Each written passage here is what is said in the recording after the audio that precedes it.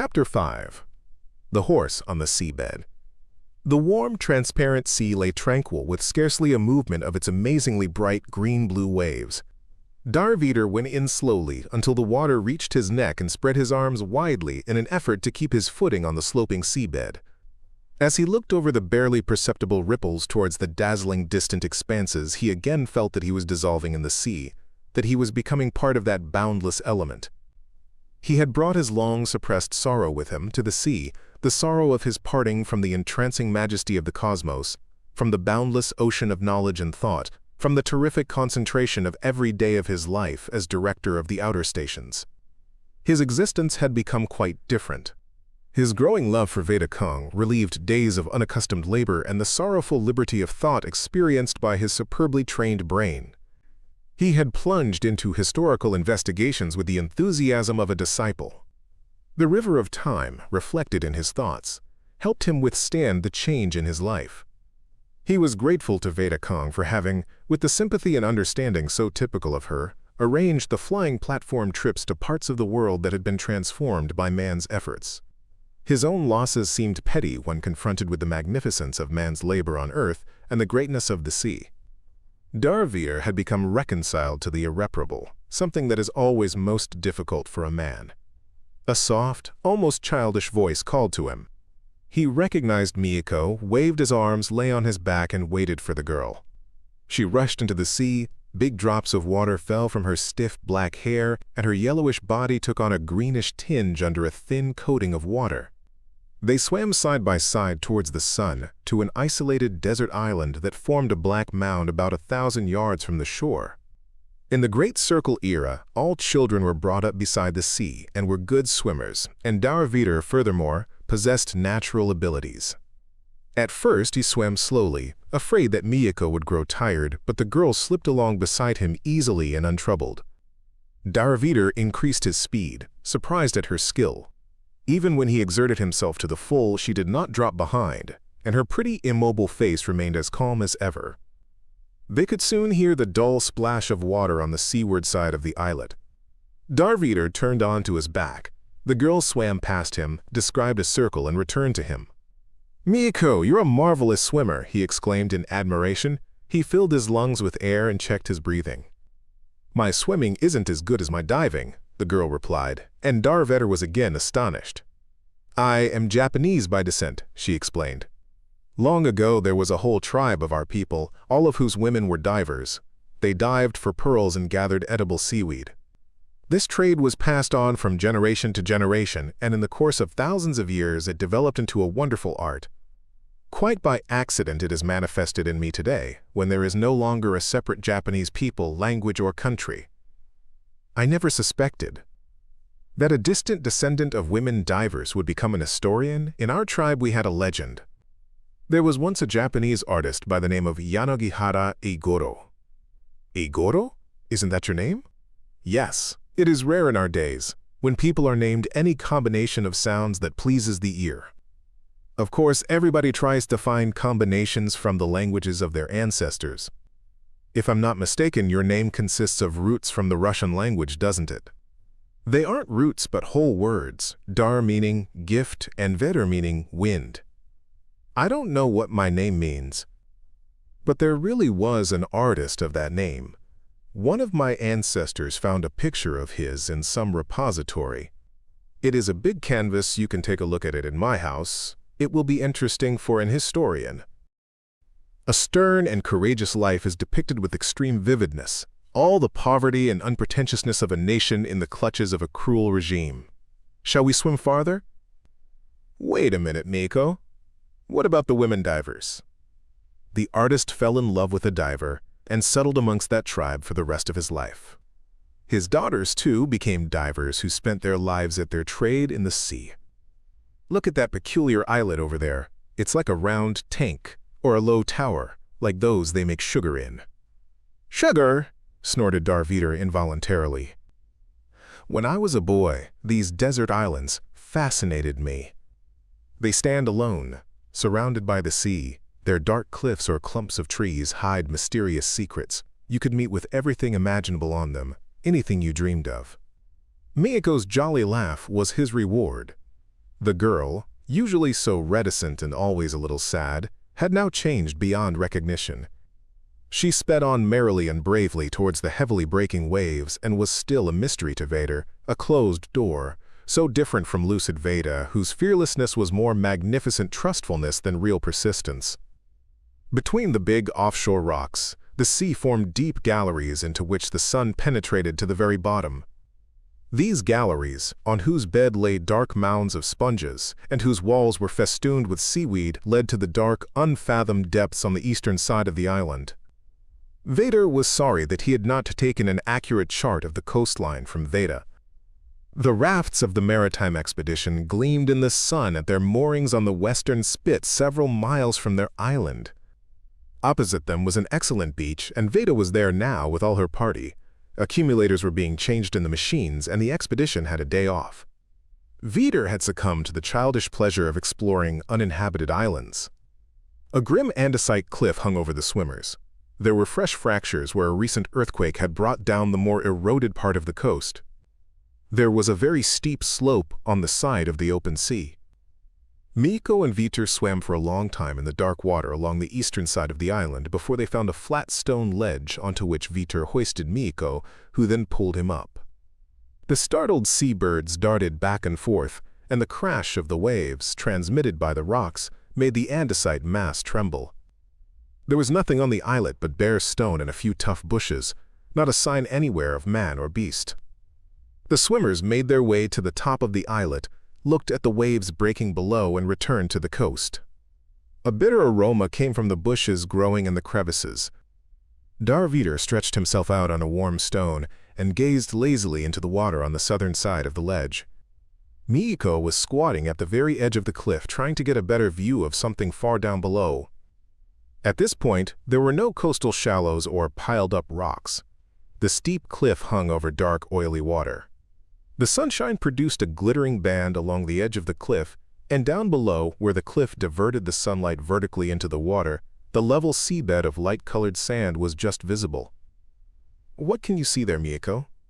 The girl was deep in thought and did not turn round immediately. "Nothing much. You're attracted to desert islands, and I to the seabed. It seems to me that you can always find something interesting on the seabed, make discoveries. Then why are you working in the steppes?" "There's a reason for it. The sea gives me so much pleasure that I cannot stay with it all the time. You cannot always be listening to your favorite music, and it is the same with me and the sea. Being away for a time makes every meeting with the sea more precious." Vader nodded his agreement. "Shall we dive down there?" he asked, pointing to a gleam of white in the depths. In her astonishment, Miko raised brows that already had a natural slant. "Do you think you can? It must be about 25 meters deep there. It takes an experienced diver." "I'll try." "And you?" Instead of answering him, Miko got up, looked round until she found a suitable big stone, which she took to the edge of the cliff. "Let me try first. I'll go down with a stone, although it's against my rules, but the floor is very clean. I'm afraid there may be a current lower down." The girl raised her arms, bent forward, straightened up, and then bent backwards. Vader watched her at her breathing exercises, trying to memorize them. Miko did not say another word, but, after a few more exercises, seized hold of the stone and dived into the dark water. Vader felt a vague anxiety when more than a minute passed and the bold girl did not reappear. He too began looking for a stone, assuming that he would need one much bigger. He had just taken hold of an 80-pound lump of andesite when Miko came to the surface. The girl was breathing heavily and seemed fatigued. "There," she gasped, "there's a horse." "What? What horse?" "A huge statue of a horse, down there in a natural niche. I'm going back to take a proper look." "Miko, it's too difficult for you. Let's swim back to the beach and get diving gear and a boat." "Oh no. I want to look at it myself now, then it will be my own achievement, not something done by a machine. We'll call the others afterwards." "All right, I'm coming with you." Vader seized his big stone, and the girl laughed. "Take a smaller one, that one will do." "And what about your breathing?" Darvider obediently performed the necessary exercises and then dived into the water with the stone in his hands. The water struck him in the face and turned him with his back to Miyako. Something was squeezing his chest and there was a dull pain in his ears. He clenched his teeth, strained every muscle in his body to fight against pain. The pleasant light of day was rapidly lost as he entered the cold gray gloom of the depths. The cold, hostile power of the deep water momentarily overpowered him. His head was in a whirl. There was a stinging pain in his eyes. Suddenly, Miyako's firm hand seized him by the shoulder, and his feet touched the firm, dully silver sand. With difficulty, he turned his head in the direction she indicated. He staggered, dropped the stone in his surprise, and shot immediately upwards. He did not remember how he got to the surface. He could see nothing but a red mist, and his breathing was spasmodic. In a short time, the effects of the high pressure wore off, and that which he had seen was reborn in his memory. He had seen the picture for an instant only, but his eye had seen and his brain recorded many details. The dark cliffs formed a lofty lancet arch under which stood the gigantic statue of a horse. Neither seaweed nor barnacles marred the polished surface of the carving. The unknown sculptor had endeavored mainly to depict strength. The forepart of the body was exaggerated, the tremendous chest given abnormal width and the neck sharply curved. The near foreleg was raised so that the rounded kneecap was thrust straight at the viewer, while the massive hoof almost touched the breast. The other three legs were strained in an effort to lift the animal from the ground, giving the impression that the giant horse was hanging over the viewer to crush him with its fabulous strength. The mane on the arched neck was depicted as a toothed ridge, the jowl almost touched the breast, and there was ominous malice in eyes that looked out from under the lowered brow and in the stone monster's pressed back ears. Miyako was soon satisfied that Darvider was unharmed, left him stretched out on a flat stone slab, and dived once again into the water. At last the girl had worn herself out with her deep diving and had seen enough of her treasure. She sat down beside Vider and did not speak until her breathing had again become normal. "I wonder how old that statue can be," Miyako asked herself thoughtfully. Darvider shrugged his shoulders and then suddenly remembered the most astonishing thing about the horse. "Why is there no seaweed or barnacles on the statue?" Miyako turned swiftly towards him. "Oh, I've seen such things before." They were covered with some special lacquer that does not permit living things to attach themselves to it. That means that the statue must belong approximately to the fission age. A swimmer appeared in the sea between the shore and the island. As he drew near, he half rose out of the water and waved to them. Darvider recognized the broad shoulders and gleaming dark skin of Navin Mass. The tall black figure was soon ensconced on the stones, and a good-natured smile spread over the face of the new director of the outer stations. He bowed swiftly to little Miyako and with an expansive gesture greeted Darvider. "Renbose and I have come here for one day to ask your advice." "Who is Renbose?" "A physicist from the Academy of the Bounds of Knowledge." "I think I've heard of him. He works on spacefield relationship problems, doesn't he? Where did you leave him?" "On shore." "He doesn't swim. Not as well as you, anyway." A faint splash interrupted Mass. "I'm going to the beach, to Veda," Miyako called out to them from the water. Darvider smiled tenderly at the girl. "She's going back with a discovery," he explained to Mvin Mass and told him about the finding of the submarine horse. The African listened but showed no interest. His long fingers were fidgeting and fumbling at his chin. In the gaze he fixed on Darvider, the latter read anxiety and hope. "Is there anything serious worrying you? If so, why put it off?" Mvin Mass was not loath to accept the invitation. Seated on the edge of a cliff over the watery depths that bid the mysterious horse, he spoke of his vexatious waverings. His meeting with Renbose had been no accident. The vision of the beautiful world known as Epsilon Tucanae had never left him. Ever since that night he had dreamed of approaching this wonderful world, of overcoming in some way the great space separating him from it, of doing something so that the time required to send a message there and receive an answer would not be 600 years, a period much greater than a man's lifetime. He dreamed of experiencing at first hand the heartbeat of that wonderful life that was so much like our own, of stretching out his hand across the gulf of the cosmos to our brothers in space. Mevin Mass concentrated his efforts on putting himself abreast of unsolved problems and unfinished experiments that had been going on for thousands of years for the purpose of understanding space as a function of matter. He thought of the problem Veda Kong had dreamed of on the night of her first broadcast to the Great Circle. In the Academy of the Bounds of Knowledge, Ren Bose, a young specialist in mathematical physics, was in charge of these researches. His meeting with Mven Mass and their subsequent friendship was determined by a similarity of endeavor. Ren Bose was by that time of the opinion that the problem had been advanced sufficiently to permit of an experiment, but it was one that could not be done at laboratory level like everything else cosmic in scale. The colossal nature of the problem made a colossal experiment necessary. Ren Bose had come to the conclusion that the experiment should be carried out through the outer stations with the employment of all terrestrial power resources, including the Q energy station in the Antarctic. A sense of danger came to Darvider when he looked into Mven's burning eyes and at his quivering nostrils. "Do you want to know what I should do?" he asked this decisive question calmly. Mven Mass nodded and passed his tongue over his dry lips. "I should not make the experiment," said Darvider, carefully stressing every word and paying no attention to the grimace of pain that flashed across the African's face so swiftly that a less observant man would not have noticed it. "That's what I expected," Mven Mass burst out. "Then why did you consider my advice to have any importance?" "I thought we should be able to convince you." "All right then, try. We'll swim back to the others." "They're probably getting diving apparatus ready to examine the horse." Veda was singing, and two other women's voices were accompanying her. When she noticed the swimmers, she beckoned to them, motioning with the fingers of her open hand like a child. The singing stopped.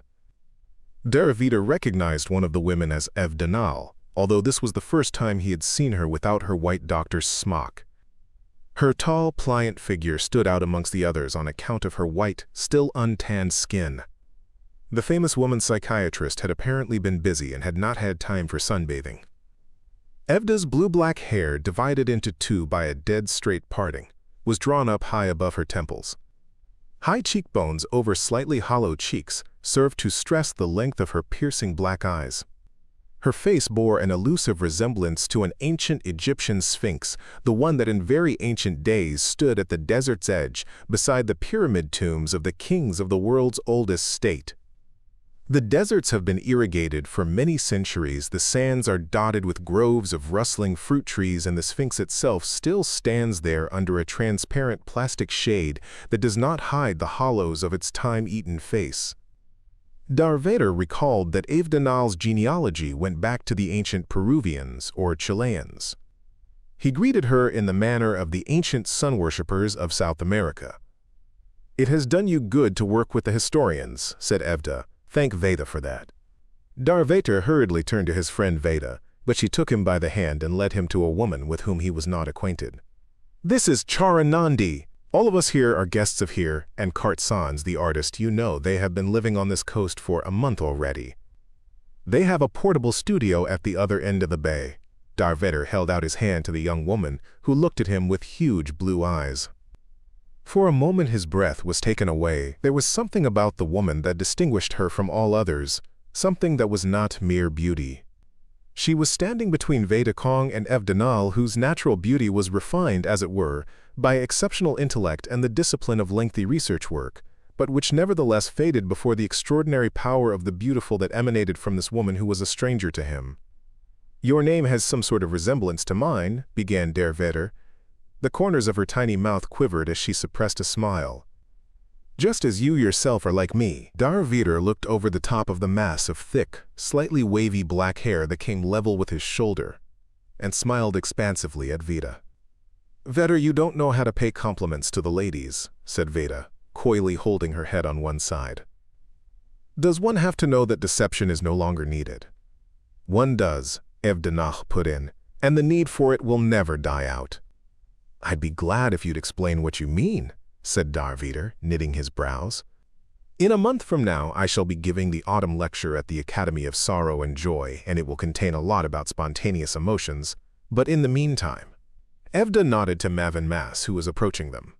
The African, as usual, was walking noiselessly and with measured tread. Darviter noticed that the tan on Chara's cheeks became tinged with pink, as though the sun that had permeated her body were bursting out through her tanned skin. Emma Van Maas bowed indifferently. "I'll bring Ren Bose here. He's sitting over there on a rock." "We'll all go to him," suggested Veda, "and on the way we'll meet Miyako. She's gone for the diving apparatus." "Charanandi, are you coming with us?" The girl shook her head. "Here comes my master. The sun has gone down, and work will soon begin." "Posing must be hard work," said Veda. "It's a real deed of valor. I couldn't." "I thought I couldn't do it either. But if the artist's idea attracts you, you enter into the creative work. You seek an incarnation of the image in your own body. There are thousands of shades in every movement, in every curve. You have to catch them like musical notes before they fly away." "Chara, you're a real find for an artist." "A find?" a deep bass voice interrupted Veda. "And if you only knew how I found her, it's unbelievable." Artist Kart-san raised a big fist high in the air and shook it. His straw-colored hair was tousled by the wind, his weather-beaten face was brick red, and his strong, hairy legs sank into the sand as though they were growing there. "Come along with us if you have time," asked Veda, "and tell us the story." "I'm not much of a storyteller. But still, it's an amusing tale. I'm interested in reconstructions, especially in the reconstruction of various racial types such as existed in ancient days, right up to the era of disunity. After my picture Daughter of Gondwana met with such success, I was burning with ambition to reincarnate another racial type. The beauty of the human body is the best expression of race after generations of clean, healthy life. Every race in the past had its detailed formulas, its canons of beauty that had been evolved in days of savagery. That is the way we, the artists, understand it, we who are considered to be lagging behind in the storm of the heights of culture. Artists always did think that way, probably from the days of the Paleolithic cave painter. But I'm getting off the track. I had planned another picture, Daughter of Thetis, of the Mediterranean, that is. It struck me that the myths of ancient Greece, Crete, Mesopotamia, America, Polynesia, all told of gods coming out of the sea. What could be more wonderful than the Hellenic myth of Aphrodite, the goddess of love and beauty? The very name, Aphrodite Anadyomene, the foam-born, she who rose from the sea. A goddess, born of foam and conceived by the light of the stars in the nocturnal sea. What people ever invented a legend more poetic? From starlight and sea foam, Veda heard Chara whisper. She cast a side glance at the girl. Her strong profile, like a carving from wood or stone, was like that of some woman of an ancient race. The small, straight, slightly rounded nose, her somewhat sloping forehead, her strong chin, and, most important of all, the great distance from the nose to the high ear. All these features typical of the Mediterranean peoples at the time of antiquity were reflected in Chara's face.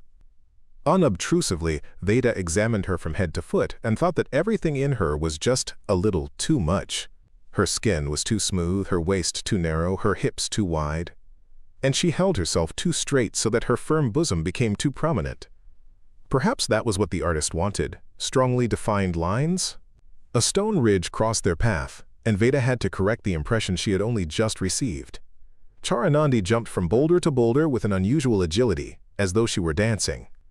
She must have Indian blood in her, decided Veda. I'll ask her later on. My work on the Daughter of Thetis, the artist continued, brought me closer to the sea. I had to get a feeling for the sea since my maid of Crete, like Aphrodite, would arise from the waves and in such a manner that everybody would understand it. When I was preparing to paint the Daughter of Gondwana, I spent 3 years at a forestry station in equatorial Africa. When that picture was finished, I took a job as mechanic on a hydroplane carrying mail around the Atlantic, to all those fisheries and albumin and salt works afloat on big metal rafts in the ocean. One evening I was driving along in the central Atlantic somewhere to the west of the Azores, where the northern current and the counter-current meet. There are always big waves there, rollers that come one after another. My hydroplane rose and fell, one moment almost touching the low clouds and next minute diving deep into the trough between the rollers. The screw raced as it came out of the water.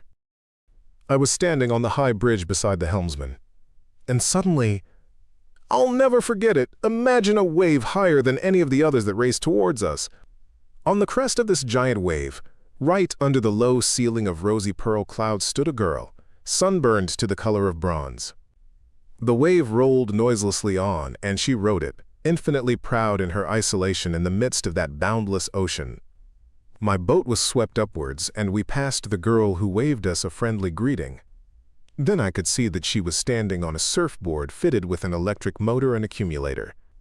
"I know the sort," agreed Der Veeder. "It's intended for riding the waves." What amazed me most of all was her complete solitude.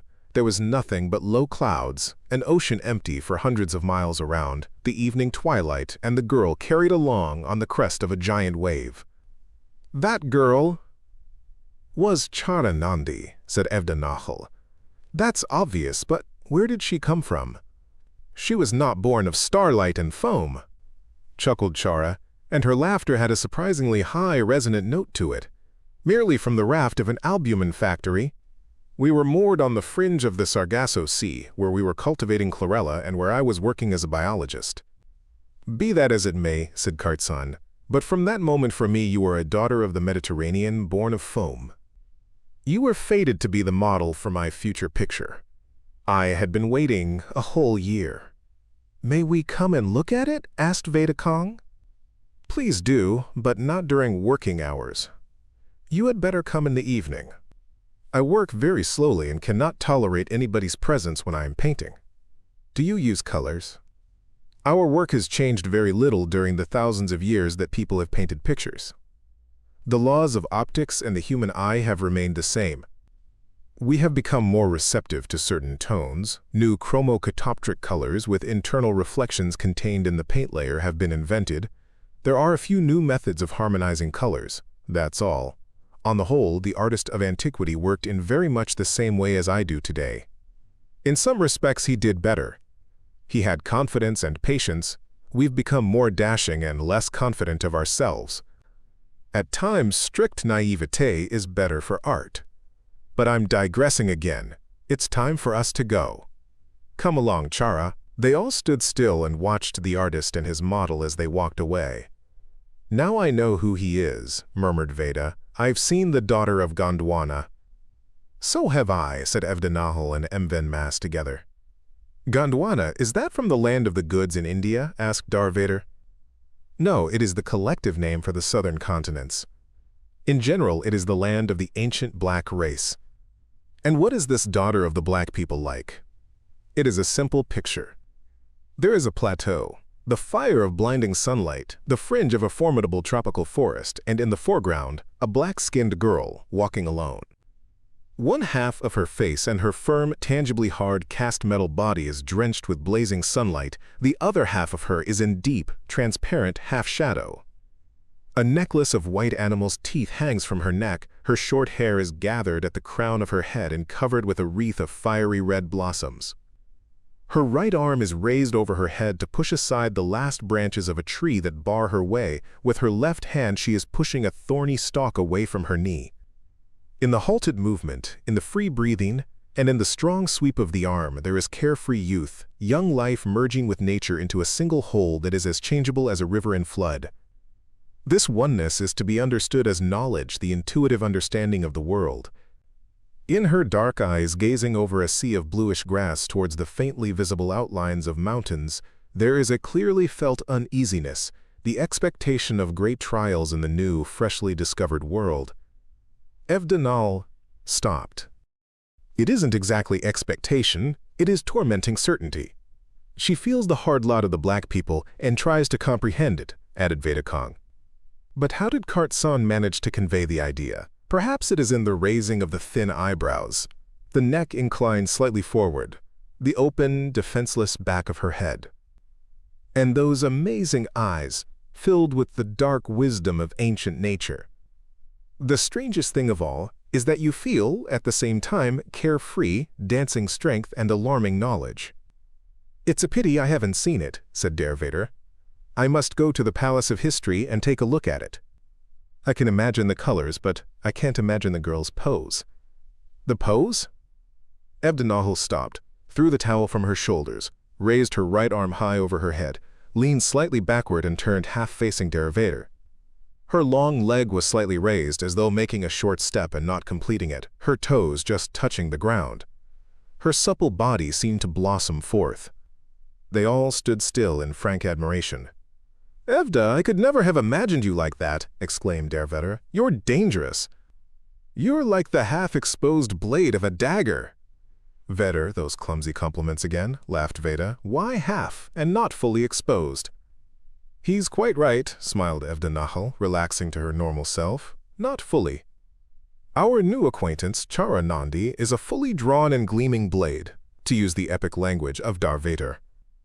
"I can't believe that anybody can compare with you," came a hoarse voice from amongst the boulders. Only then did Evda Nahal notice the red hair cut close-cropped and the blue eyes that were gazing at her adoringly with a look such as she had never before seen on anybody's face. "I am Ren Bose," said the red-headed man bashfully as his short, narrow-shouldered figure appeared from behind a boulder. "We were looking for you," said Veda, taking the physicist by the hand. "This is Dar Vader." Ren Bose blushed, and the freckles on his face and neck stood out even more prominently than before. "I stayed up there for some time," said Ren Bose, pointing to a rocky slope. "There is an ancient tomb there." "It is the grave of a famous poet who lived a very long time ago," announced Veda. "There's an inscription on the tomb, here it is." The physicist unrolled a thin, metal sheet with 4 rows of blue symbols on it. Those are European letters, symbols that were in use before the world linear alphabet was introduced. They had clumsy shapes that were inherited from the still older pictograms. "But I know that language." "Then read it, Veda." "Be quiet for a few minutes," she demanded, and they all obediently sat down on the rocks. Very soon Veda stood before the seated people and read her improvised translation. "Thoughts and events and our dreams are all fleeting, vanquished by time like a ship lost at sea. Leaving this world on my journey of journeys, Earth's dearest obsession I'm taking with me." "That's exquisite!" Evda Nahal rose to her knees. "A modern poet couldn't have said anything better about the power of time. I should like to know which of Earth's obsessions he thought the best and took with him in his last thoughts." "He no doubt thought of a beautiful woman," said Ren Bose, impetuously gazing at Evda Nahal. Or did she imagine it? A boat of transparent plastic containing 2 people appeared in the distance. "Here comes Miiko with Shirless, one of our mechanics. He goes everywhere with her." "Oh no," Veda corrected herself. "It's Frith Don himself, the director of the maritime expedition." "Goodbye, Veeder. You 3 will want to stay together, so I'll take Evda with me." The 2 women ran down to the gentle waves and swam together to the island. The boat turned towards them, but Veda waved to them to go on. Ren Bose, standing motionless, watched the swimmers. "Wake up, Ren, let's get down to business," and then Mass called to him. The physicist smiled in shy confusion. A stretch of firm sand between 2 ridges of rock was turned into a scientific auditorium. Ren Bose, using fragments of seashells, drew and wrote in the sand. In his excitement he fell flat, his body rubbing out what he had written and drawn, so that he had to draw it all again. Then Mass expressed his agreement or encouraged the physicist with abrupt exclamations. Dar Vader, resting his elbows on his knees, wiped away the perspiration that broke out on his forehead from the effort he was making to understand. At last, the red-headed physicist stopped talking and sat back on the sand, breathing heavily. "Yes, Ren Bose," said Dar Vader after a lengthy pause, "you have made a discovery of outstanding importance. I did not do it alone. The ancient mathematician Geyenberg propounded the principle of indefiniteness, the impossibility of accurately defining the position of tiny particles. The impossible has become possible now that we understand mutual transitions, that is, we know the repagular calculus. At about the same time, scientists discovered the circular meson cloud in the atomic nucleus. That is, they came very near to an understanding of anti-gravitation. We'll accept that as true. I'm not a specialist in bipolar mathematics, particularly the repagular calculus, which studies the obstacles to transition. But I realize that your work with the shadow functions is new in principle, although we ordinary people cannot properly understand it unless we have mathematical clairvoyance. I can, however, conceive of the tremendous significance of the discovery." "There is one thing," Der Vader hesitated. "What? What is there?" asked M. van Maas anxiously. How can we do it experimentally? I don't think we can create a sufficiently powerful electromagnetic field. To balance the gravitational field and obtain a state of transition? Inquired Renbos. Exactly. Beyond the limits of the system, space will remain outside our influence. That's true, but, as always in dialectics, we must look for a solution in the opposite. Suppose we obtain an anti-gravitational shadow vectorially and not discretely. But how? Swiftly, Renbos drew 3 straight lines in a narrow sector with an arc of greater radius intersecting them. This was known before bipolar mathematics. 2,500 years ago, it was called the problem of the fourth dimension. In those times, there was a widespread conception of multidimensional space. The shadow properties of gravitation, however, were unknown, and people attempted to find an analogy with electromagnetic fields, which led them to believe that points of singularity meant that matter had disappeared or had been changed into something that could be named but could not be explained. How could they have had any conception of space with their limited knowledge of the nature of phenomena? But our ancestors could guess. You see, they realized that if the distance from, say, star A to the center of Earth along line OA is 20 quintillion kilometers, then the distance to the same star by vector OB will equal 0. In practice, not 0, but approaching it. They said that 0 time would be achieved if the velocity of motion were equal to the velocity of light. Remember that the cochlear calculus has been only recently discovered. Spiral motion was known thousands of years ago, M. van Maas remarked cautiously, interrupting the scientist. Renbos dismissed the remark disdainfully. They knew the motion, but not the laws. It's like this: if the gravitational field and the electromagnetic field are 2 sides of one and the same property of matter, and if space is a function of gravitation, then the function of the electromagnetic field is anti-space. The transition from one to the other yields the vector shadow function, 0 space, which is known in everyday language as the speed of light. I believe it to be possible to achieve 0 space in any direction. M. van Maas wants to visit the planet of Epsilon Tucanae. It's all the same to me as long as I can set up the experiment. As long as I can set up the experiment, repeated the physicist, lowering his short white eyelashes wearily. You will need not only the outer stations and Earth's energy, as M. van Maas pointed out, but some sort of an installation as well. Such an installation cannot be simple or easily erected. In that respect, we're lucky. We can use Coriolis' installation near the Tibetan Observatory. Experiments for the investigation of space were carried out there 170 years ago. There will have to be some adjustments, and as far as volunteers to help me are concerned, I can get 5, 10, 20,000 anytime I like. I have only to call for them, and they will take leave of absence and come. You seem to have thought of everything. There is only one other consideration, but it is the most important: the danger of the experiment. There may be the most unexpected results. In conformity with the law of big numbers, we cannot make a preliminary attempt on a small scale.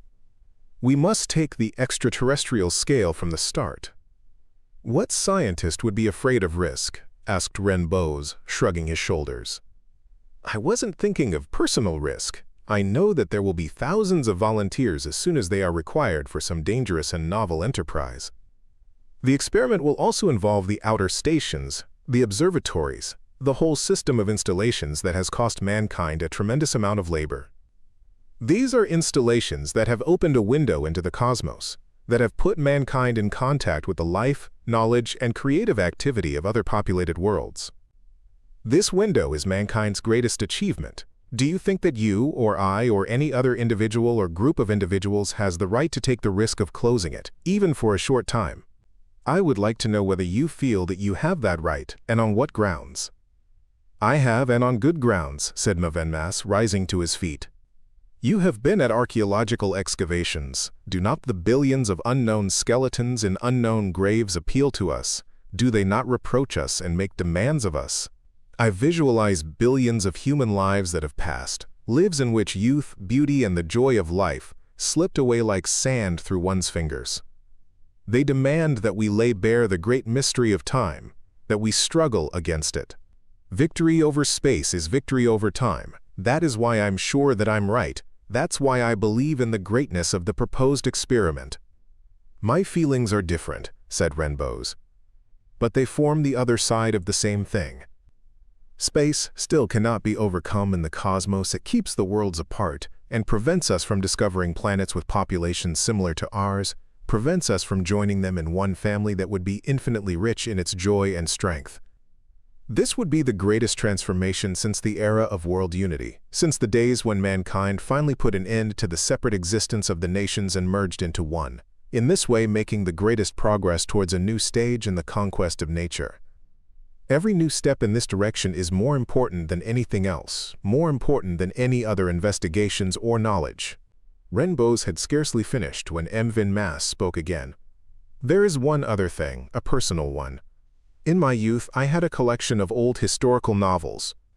There was one story about your ancestors, Darviter. Some great conqueror, some fierce destroyer of human life, of whom there were so many in the epochs of the lower forms of society, launched an attack against them. The story was about a strong youth who was madly in love. His girl was captured and taken away. Driven off was the word used in those days. Can you imagine it? Men and women were bound and driven off to the country of the conqueror like cattle. The youth was separated from his beloved by thousands of miles. The geography of Earth was unknown. Riding and pack animals were the only means of transport. The world of those days was more mysterious and vast, more dangerous and difficult to cross than cosmic space is for us today. The young hero hunted for his dream. For years he wandered terribly dangerous paths until he found her in the depths of the Asian mountains. It is difficult to define the impression I had when I was younger, but it still seems to me that I, too, could go through all the obstacles of the cosmos to the one I loved. Darviter smiled wanly.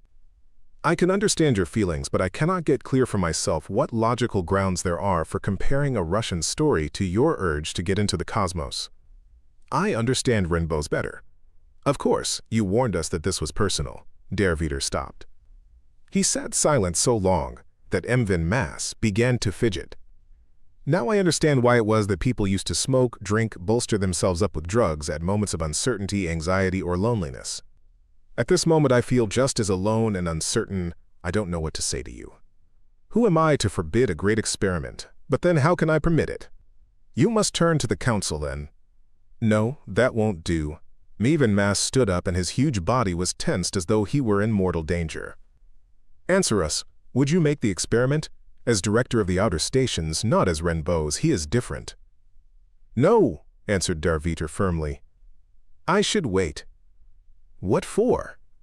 The erection of an experimental installation on the moon. And power for it? The lesser gravity of the moon and the smaller scale of the experiment will make only a few Q stations necessary. But that would take hundreds of years, and I should never see it.